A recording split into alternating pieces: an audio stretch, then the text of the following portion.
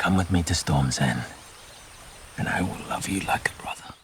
It is honestly surreal to think that the first season of A Knight of the Seven Kingdoms, what a beautiful 6 weeks it has been. Honestly, given how beautifully Ira Parker adapted George R.R. Martin's The Hedge Knight while expanding the overarching lore of the show, they might as well have put him in all other future projects of the Game of Thrones universe. Having said that, the final episode of this season was definitely bittersweet, but at least we can take comfort in the fact that the second season has already gone into production. Now, the 6th episode, titled As the Morrow, draws directly from the final pages of George R.R. Martin's novella, The Hedge Knight, specifically pages 113 to 118. On paper, that might not seem like much material to build an entire episode around, but the writers handled it beautifully, and rather than stretching the story thin, they thoughtfully wove in a handful of new scenes that were truly organic to the original text. So, without wasting another moment, let's discuss 15 book-to-screen differences that we see in the Season 1 finale of A Knight of the Seven Kingdoms.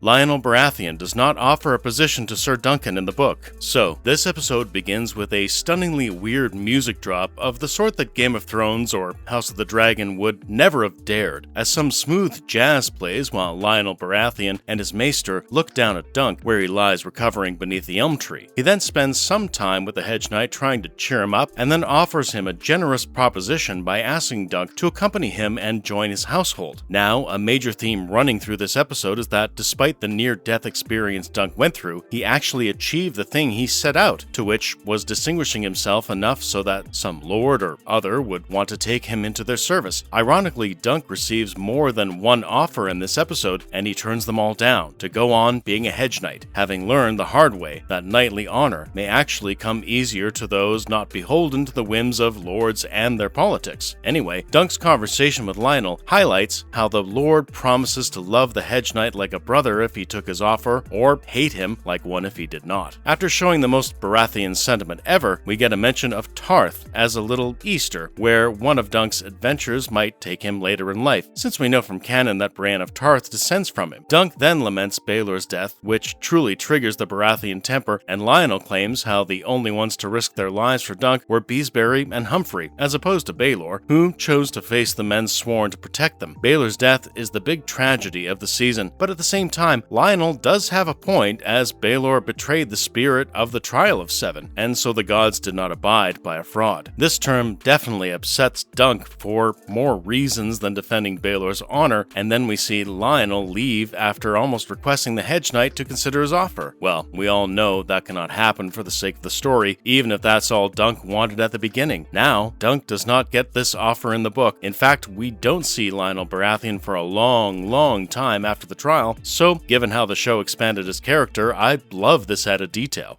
Prince Baelor's funeral is slightly tweaked in the show. In the book, the next scene after Prince Baelor's death was his funeral, which is attended by many people, and even Dunk goes to pay his final respect to the great dragon by leaving a rose on his body. Compared to that, in the show, it seems to be a smaller affair, as Baelor's funeral is attended by his heir, Prince Valar, and Baelor's wife Kira of Tyrosh. I think we also see Manfred Dondarrion, as Baelor was married to Lady Jenna Dondarrion, who is probably his sister. The credits really did not help us much in identifying the other characters, and I think it could be King Daeron too, while the dark-haired man could be Prince Rhaegal. In the same frame, the blonde girls are clearly Targaryen princesses and perhaps could be Maekar's and Rhaegal's daughters. Of course, the novella never specified who attended Baelor's funeral. It is still not unlikely that so many relatives, including the king, came all the way to Ashford to pay their respects to their beloved prince. In the book, Dunk even muses on the fact that King Daeron had the last word on how Baelor should be dressed for the pyre, which suggests that he probably did show up for the funeral. Moreover, traveling distances are not too big of an issue here, as it seems like many days must have passed for Dunk to be able to walk around, which gives the royal party enough time to travel to Ashford and bid farewell to Baelor. Following this, in the wake of his father's death, Valar Targaryen, now the crown prince, finally gets his moment to shine with a few sentences taken straight from the pages of the book, as he asks Dunk why the gods would take Baelor instead of him. He then makes a heartbreaking comment originally added for the show on how not many fathers have died in their son's armor, and then asks Dunk to leave. I mean, can you really blame him? But I think the show does an excellent job at showing us the Targaryens' desolation with the changes made in this scene.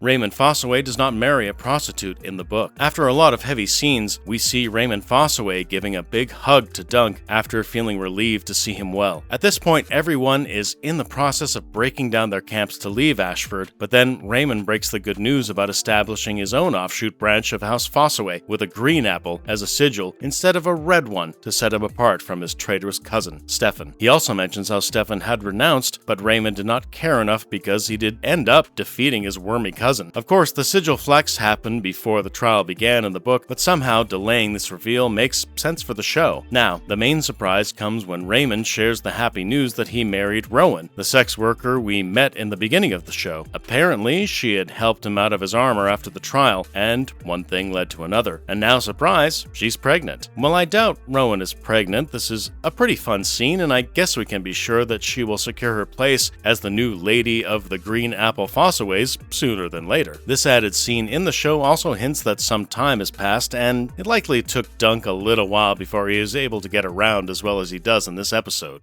Dunk's scene with Prince Maekar has been altered for the show. So in the book, we see Prince Maekar approaching Dunk by visiting him at his elm tree to speak to him, and while the dialogue remains quite the same, their conversation is divided in two separate scenes in the show. Here we see Maekar sending his men to summon Dunk to Ashford Castle, but similar to the show, Maekar is full of contempt for what has befallen his brother. He tells Dunk about his decision to send Arion to the Free Cities, and then almost as if to make up for his fatal error, Maekar swallows his pride and offers Dunk to join his retinue at Summerhall, where he will be able to continue his training and take Egg to Squire. He mentions that Egg refuses to Squire for anyone else but Dunk, refuses because he seems to be done with princes for a while. Well, a slight addition here is that Egg was listening in on the entire conversation, so his disappointment from this rejection is pretty much firsthand. Now, in the second part of the scene, Dunk comes to realization from his past experiences with Ser Arlan, and by having a conversation with Prince Darren, which ultimately convinces him to go back to Prince Maekar and appeal to take in Egg as a squire only if he agreed to live the life of a Hedge Knight with him.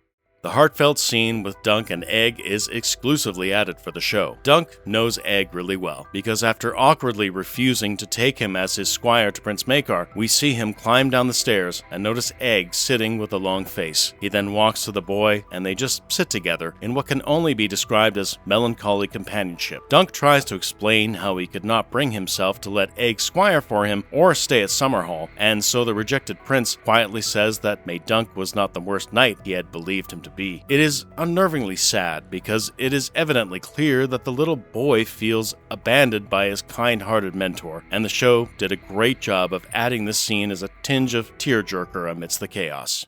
Dunk does not imagine a conversation with Ser Arlan in the book. In one of the most interesting scenes of the episode, we see Dunk think back to what may well be his final moments with Ser Arlan of Pennytree, as the old knight recounts the story behind his name and how the young boys in his village would hammer a penny in an oak tree before going off to war and take it down only after they came back. Dunk then interrupts him as Arlan had told him this story a bit too many times, and then gathers the courage to open the Pandora's box by asking, why did Ser Arlan never knight him? With this sentence, the show has confirmed a theory that many of us book readers share about Ser Arlan never actually knighting Dunk before he died. This basically means that Dunk's quest at Ashford, his entire chivalric future, is based on an original sin, which is this cosmic lie, and that is what Dunk feels the gods have punished him for, by damning the 3 good men who fought for him. Even then, I think Dunk is the truest knight in all of Westeros because he claims that he never would have left Ser Arlan's side, even if he did knight him. But a knight of the 7 kingdoms does love its humor, and rather than making this theory explicitly clear, we see Ser Arlan wake back up after seemingly dying to cheerily finish off his story. So was that last bit a figment of Dunk's imagination? Did Ser Arlan actually get a second wind and knight Dunk? The show does not answer these questions, and it almost feels like the writer knew we would be rabid for this reveal, and hence decided on this unforgiving jape. However, it seems like even now, after everything, Dunk thinks he does not have it in him to be a good knight, and that his deception will mark him forever. Perhaps that is why he refused to take Egg to Squire, even if it meant disappointing the boy. I honestly love this addition to the show because it adds more nuance to literally all the characters involved.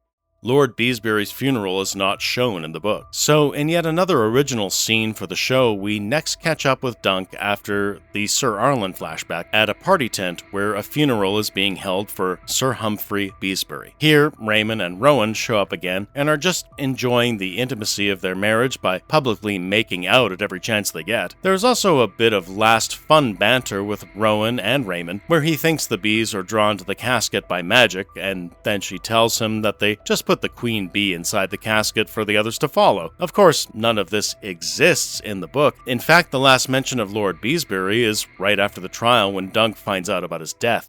Prince Darren does not meet Dunk again in the Hedge Knight. So while Raymond and Rowan are making out, Dunk notices Prince Darren sitting on the other side of the tent. Apparently, he did not just come to drink his sadness away, but also came to beg the Hedge Knight to take Egg to Squire, just like with Valar. It is amazing how well the show has developed Darren as compared to the book, even when he has barely had a few minutes of screen time. Plus, I really like that we get the chance to say goodbye to him, just like we do with Lionel, Raymond, and Rowan for the time being. Anyway, Darren raises a really interesting quandary that if Egg stays at court, he could turn out just as problematic and evil as Aerion. The prince also muses on the fact that Aerion was not always a monster. In fact, he was once a glad child who loved fishing until the burden of being a Targaryen turned him into a devious man. But Darren also insinuated that madness truly is the way for all of them. However, there is still time for Egg because he is still a child. Now, the book never wastes a second to give Aerion any sort of sympathy or redeemable points, but I guess the show did a good job of making him a layered character with his own insecurities. Egg does not take an attempt at kingslaying in the book. In another original scene in the show, we find out just how true Darren's words are in the very next scene, where Egg realizes that his Targaryen silver hair is starting to grow back. The child is already feeling distressed about losing his uncle and then his mentor, and inevitably he blames it all on Aerion, because, let's be real, that jerk did become the main catalyst behind all the devastation. So, in order to channel his anger, Egg snatches up a knife from a dead fish, no less, and heads into Aerion's room to make an attempt to kill him. We see Aerion lying on the bed, unconscious and still recovering from his injuries, but as Egg approaches him with a knife in hand and tears in his eyes, his father catches him. Maekar simply comes up from behind him, placing his hand on his shoulders, and the two then share a bitter, sad moment where we see them both in tears at how badly their family has been torn apart. I think this is a very poetic scene, as we were initially led to presume that Egg would actually kill his brother in cold blood until he is stopped by his father's embrace. This really is a beautiful example that even when A Knight of the Seven Kingdoms is adding scenes that are not in the source material, it's doing it so well that it might just be better than the book itself.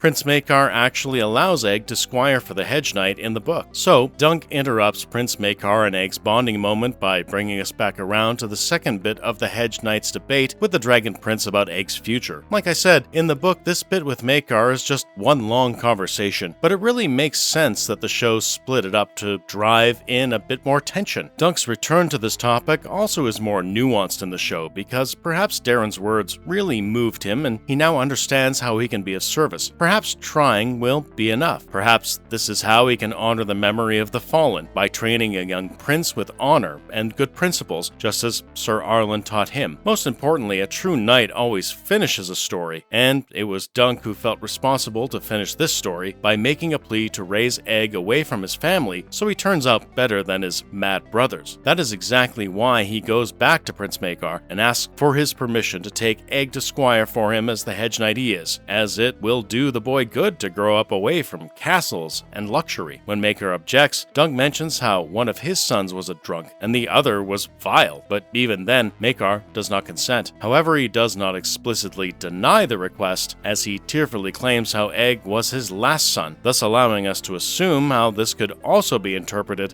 as a plea to take good care of Egg. Well, the book does not complicate this part as much as Maekar begrudgingly agrees to Dunk's terms, hoping Egg will become a better prince than his brothers. Dunk never meets Sweetfoot again in the book. In case you don't remember, Dunk sold his horse, Sweetfoot, earlier in the show in order to pay for his armor for the tourney, and that is the last we see of the horse in the book. But in the show, when Dunk prepares to leave Ashford alone, talking to his horses as in the pilot and wondering where Ser Arlan would have steered them if were he still alive, we see Raymond find Dunk again to impart one last gift and token of his sincere friendship by bringing back Sweetfoot for Dunk. You could see the disbelief in Dunk's eyes as he could not believe someone just brought a horse for him as a gift, but then the Hedge Knight insists Raymond take Sweetfoot with him because after all she was always fond of apples. The nailing of the penny on the tree is an original scene for the show. So, in honor of all the fallen, from Ser Arlan to Prince Baelor to the Humphreys, we see Dunk nail a copper penny in the elm tree where he had made his camp, just as Ser Arlan taught him. Following this, just as Dunk was about to leave Ashford, Egg calls out to him by claiming that his father had permitted him to squire for the Hedge Knight. Just like in the book, Dunk allows Egg to ride on Chestnut, and they decide to head to Dorne, where they have good puppet shows. Egg then brings up the funniest canon inconsistency ever by naming all the 9 kingdoms of Westeros, even if they may be called the 7 kingdoms, as he names the Crownlands, Westerlands, Stormlands, Riverlands, the Iron Islands, the North, the Reach, the Vale of Arryn, and Dorne as part of the 9 kingdoms. The title card at the end of the episode reflects the correction by spelling out a Knight of the 9 Kingdoms, which is rather comedic. Of course, this does not exist in the book, duh. The epilogue of the book is very different from the show. So, at the end of The Hedge Knight, we see Dunk and Egg riding through the lands and meeting a lord on the way who recounts the horrors of the Blackfire Rebellion and how the battle led him to lose his son, thus setting the tone for the next book, The Sworn Sword. However, the show takes a different route and ends it with a bang, as it is revealed that Maekar did not really permit Egg to leave with Dunk. As the prince frantically searches for his little boy while leaving Ashford Castle with the entire family, in the final, we see the Hedge Knight and his squire riding down the road as the specter of Ser Arlan of Pennytree rides behind them and makes off into the nearby hedges, thus implying that Dunk will now pave his own way. Having said that, Maekar having the presence of mind to actually send Egg off with Dunk is an important moment for his character in the book, but the show has undercut it for a subplot that might become quite the focus in the opening scene of the next season. Well, that brings us to the very end of this video. Given how different this episode was from the book to the screen, what did you think of it? Let us know in the comments below.